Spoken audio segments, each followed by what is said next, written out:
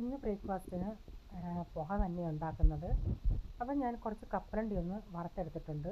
കാരണം മൊത്തത്തിൽ കപ്പലണ്ടി ഇവിടെ പിള്ളേർക്ക് ഇഷ്ടമല്ലാത്തതുകൊണ്ട് കുറച്ച് ഞാൻ അതിലിടും, ബാക്കി ആവശ്യമുള്ളവർക്ക് യൂസ് ചെയ്യാനെടുക്കും. അപ്പോൾ ഞാൻ എണ്ണ ഒഴിച്ച് ജീരകം ഇട്ട് പൊട്ടിച്ച് അതിലേക്ക് സവാള, പച്ചമുളക് ഇച്ചിരി ഒന്ന് വഴറ്റിയതിന് ശേഷം ഇത്തിരി മഞ്ഞൾപ്പൊടി ഇട്ടു, പിന്നെ നാരങ്ങാനീര് പിഴിഞ്ഞ് 1 ടീസ്പൂൺ പഞ്ചസാരയും ചേർത്ത് ആവശ്യമുള്ള ഉപ്പും ചേർത്ത് ഒരു നുള്ള് വെള്ളം, അത് അടുക്കി പിടിച്ചതുകൊണ്ട് ഒരു നുള്ള് 1-2 ടേബിൾ സ്പൂൺ വെള്ളം ഒഴിച്ചിട്ടുണ്ട്. അല്ലെങ്കിൽ വെള്ളം ഒഴിക്കേണ്ട ആവശ്യമില്ല, അഥവാ അടുക്കി പിടിക്കുന്നുണ്ടെങ്കിൽ ഒന്ന് കുടഞ്ഞു കൊടുത്താൽ മതി. എന്നിട്ടത് അടച്ചു വെച്ച് ചെറിയ തീയിലൊന്ന് ഇച്ചിരി മല്ലിയില ഇട്ടിട്ടൊന്ന് വേവിച്ചെടുക്കുന്നുണ്ട്. അതവിടെ ചെറിയ തീയിൽ അടച്ചു വെച്ചിട്ടുണ്ട്. അപ്പോഴത്തേക്കിന് ചായയൊക്കെ റെഡിയായി, ചായയൊക്കെ എടുത്തിട്ടുണ്ട്. അപ്പം നമ്മുടെ പുക ഇവിടെ റെഡി ആയിട്ടുണ്ട്. അപ്പം കൊച്ചിന് ടിഫിൻ കൊണ്ടുപോകാനായിട്ട് ബ്രെഡിൻ്റെ അകത്ത് ഇങ്ങനെ ഈ വെജ് പാറ്റീസ് ഉണ്ടായിരുന്നു, അതൊന്ന് ഇച്ചിരി ഒന്ന് മുരിച്ചെടുത്തതിന് ശേഷം ബ്രെഡിൽ വെച്ചിട്ട് ഗ്യാസിൽ വെക്കുന്ന ടോസ്റ്ററുണ്ട്, ആ ടോസ്റ്ററിൽ വെച്ചൊന്ന് ടോസ്റ്റ് ചെയ്തെടുത്തതാണ്. ഏത്തക്ക ഇരിപ്പുണ്ടായിരുന്നു, അന്നേരം ഒരു ഏത്തക്കയും കൂടെ കൊടുത്തു വിട്ടിട്ടുണ്ട്. അപ്പം നാരങ്ങ വെള്ളം ഉണ്ടാക്കിയെന്ന് അതിൻ്റെ അകത്ത് ഇച്ചിരി ഞാൻ സബ്ജ സീഡ് ഞാൻ ഫ്രിഡ്ജിൽ ഇങ്ങനെ സോക്ക് ചെയ്ത് വെച്ചിട്ടുണ്ട്, അതുകൂടി ഇട്ട് ഒരു നാരങ്ങ വെള്ളമൊക്കെ കുടിച്ചു. അപ്പോൾ ഇന്നലത്തെ മീൻകറി ഉണ്ടായിരുന്നു, അതൊന്ന് തിളപ്പിച്ച് വെച്ചിട്ടുണ്ട്.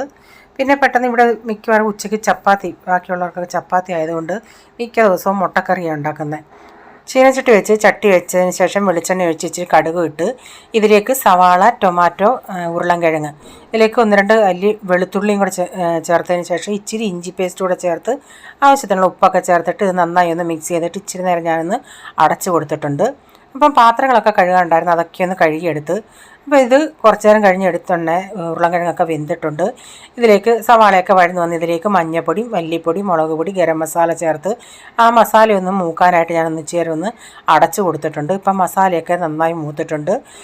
ഇതിലേക്ക് ആവശ്യത്തിനുള്ള ചൂടുവെള്ളമൊക്കെ ഒഴിച്ച് കൊടുത്ത്, അപ്പോൾ നിങ്ങൾക്ക് വേണമെങ്കിൽ ഇതിൽ തേങ്ങ അരച്ച് ചേർക്കാം. ഞാനിപ്പോൾ തേങ്ങയൊന്നും അരച്ച് ചേർത്തില്ല. അപ്പോൾ ഇതൊന്ന് അരപ്പ് തിളച്ച് വന്ന് അപ്പോൾ ഞാൻ ഇതിലേക്ക് ഇച്ചിരി മല്ലിയിലയും കൂടെ കണ്ടിച്ചിടുന്നുണ്ട്. അപ്പം മുട്ട ഞാൻ കുക്കറിലൊന്ന് ഒരു വിസിലടിച്ചെടുത്തായിരുന്നു, അപ്പോൾ അതുകൂടെ ഒന്ന് പൊളിച്ച് ഇതിലേക്ക് ചേർക്കട്ടെ.